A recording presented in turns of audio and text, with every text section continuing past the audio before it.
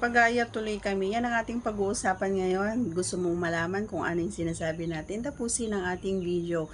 And please do me a favor guys, please do subscribe and click our tiny notification bell so that you'll be updated every time we have a new upload videos. Disclaimer din po, mga videos po natin ay para lamang po sa may bukas ang kaisipan at may malawak na pangunawa. Kung wala po tayo nito, maaari na lamang pong mag-skip at mamili ng mga videos na nararapat para sa inyo.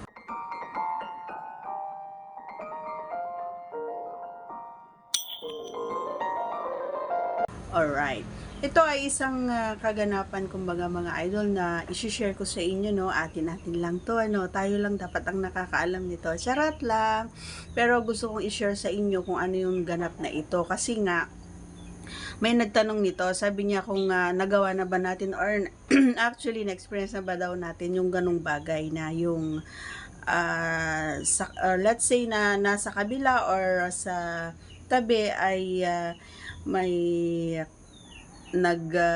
may naririnig kayo or may nagkakaanuhan, 'di ba? So actually ilang beses na ito, no, mga idol, ilang beses na minsan hindi mo rin talaga maiwasan, hindi mo rin maiwasan na tularan or gayahin or talagang gaya ka talaga, kasi nga lalong-lalo na kung yung naririnig mo ay kumbaga nakakaengganyo or alam mo yon, parang aanyaya na sige na, gawin mo na din or gawin nyo na rin kasi okay to. Parang ganon, yung pumapasok or naririnig ko na sinasabi nung naririnig ko, kumbaga. And yes, hindi naman siguro kumbaga masama na ganon, kasi lalong-lalo na kung sa pareha mo lang din naman gagawin, 'di ba? Hindi yung sa iba, ha, 'di ba? And challenging, masasabi kong challenging, mga idol, kasi nga andun yung magmamadali ka or nandun yung mga bagay na hindi nyo nagagawa sa sarili nyo talagang pamamahay, ganyan. Kasi syempre, kahit na sarili nyo sigurong pamamahay yan, and kumbaga dumating sila or nag-drop by sila, ganyan. So, hindi mo maiiwasan na hindi mo maririnig. Lalong-lalo na, alam nyo kasi, kapag nandun na tayo sa talagang kasiyahan na talaga, or nandun na yung point na talagang may ano na siya, lalabas na talaga siya. So hindi mo maiwasan na bigo ka talaga or lalabas talaga yung boses mo, lalong-lalo na kapag nandun ka na to the highest level na talaga, yung saya, kumbaga. And doon sa nagtanong, yes, how many times na-experience ko na ito, and masaya siya.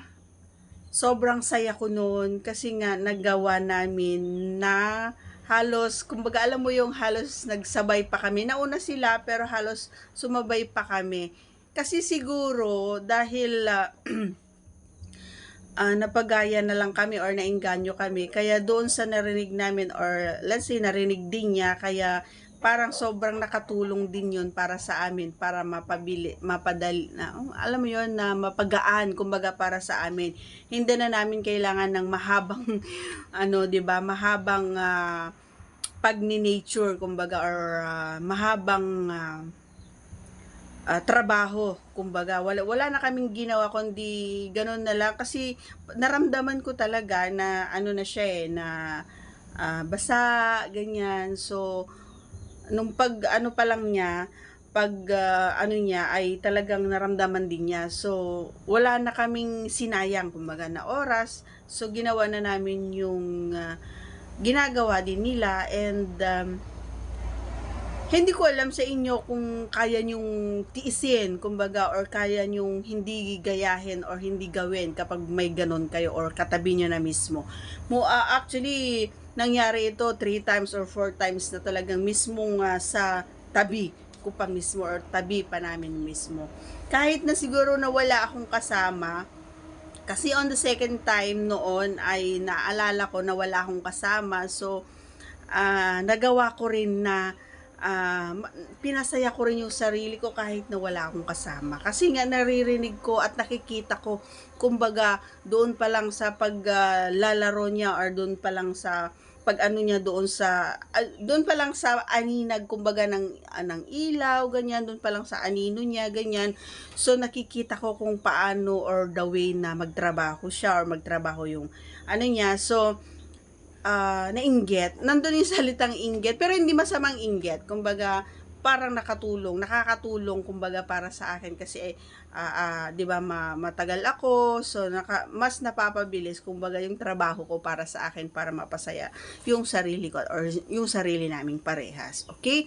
So that's all for today's video. Once again, if you are not yet connected, please do subscribe and click our tiny notification bell so that you'll be updated every time we have a new upload videos. Thanks for watching everyone. See you again on our next vlog. Bye!